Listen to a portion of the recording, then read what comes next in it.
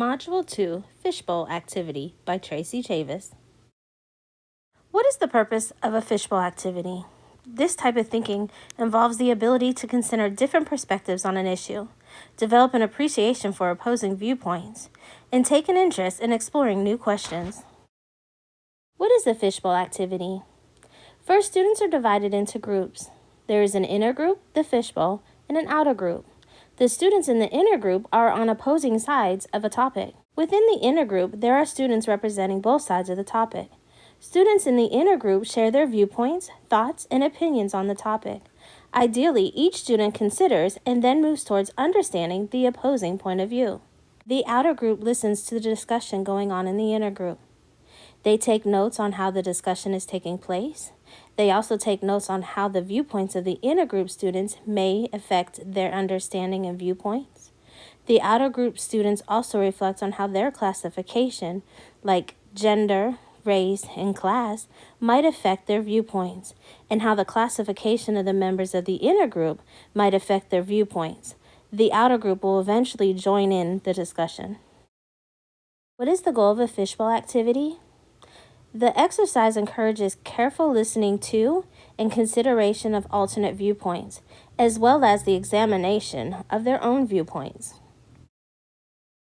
What are some benefits of a fishbowl activity at the elementary age level? First, it promotes post-formal thinking. It shares two sides of a topic or a discussion. It teaches students how to properly debate. It engages students in the critical thinking process, and it promotes strong listening skills. Evidence-based opinion writing. Topic: should elementary age students have homework? Learning objectives. Students will participate in a fishbowl discussion on the topic, should elementary age students have homework? Students will defend their viewpoint on the topic. Before the fishbowl discussion. First, students will read the question on the board. They will sit in one of the groups labeled for their viewpoint or opinion on the topic. Next, students will read two articles on the opposing sides of whether or not students should have homework. Students will be given time on their iPads to continue further research. Each group will discuss the reasons why they found to justify their viewpoint on the topic. Each group will nominate two people to represent their group in the fishbowl discussion. During the fishbowl discussion, the students who were nominated to represent their group will sit at the circle table at the middle of the classroom. This will form the inner group. The other students will circle around the inner group to form the outer group. Students in the inner group will engage in a discussion about their viewpoints on the topic, whether elementary age students should have homework. Each student will take their turn to express a reason to justify their opinion.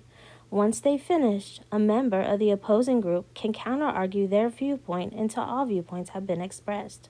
Once the inner group finishes, the outer group will share what they noticed during the discussion and add any insight into what they think on the topic. After the fishbowl discussion, students will take their evidence-based articles and all their notes back to their desk.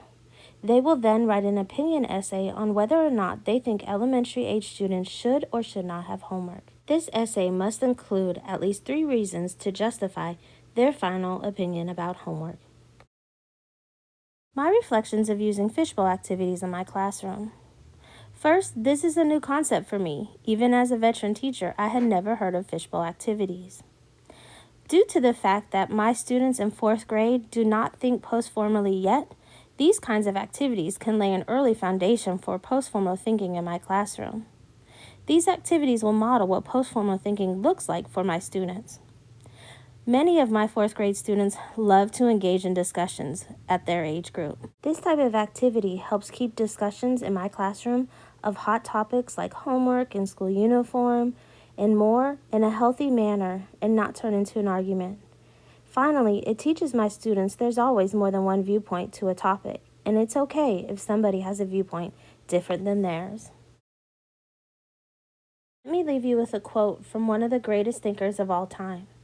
Education is not the learning of facts, but the training of the mind to think, by Albert Einstein. References: Using Fishbowl Discussions to Encourage Post-Formal Thinking, written by Anne Micklowski.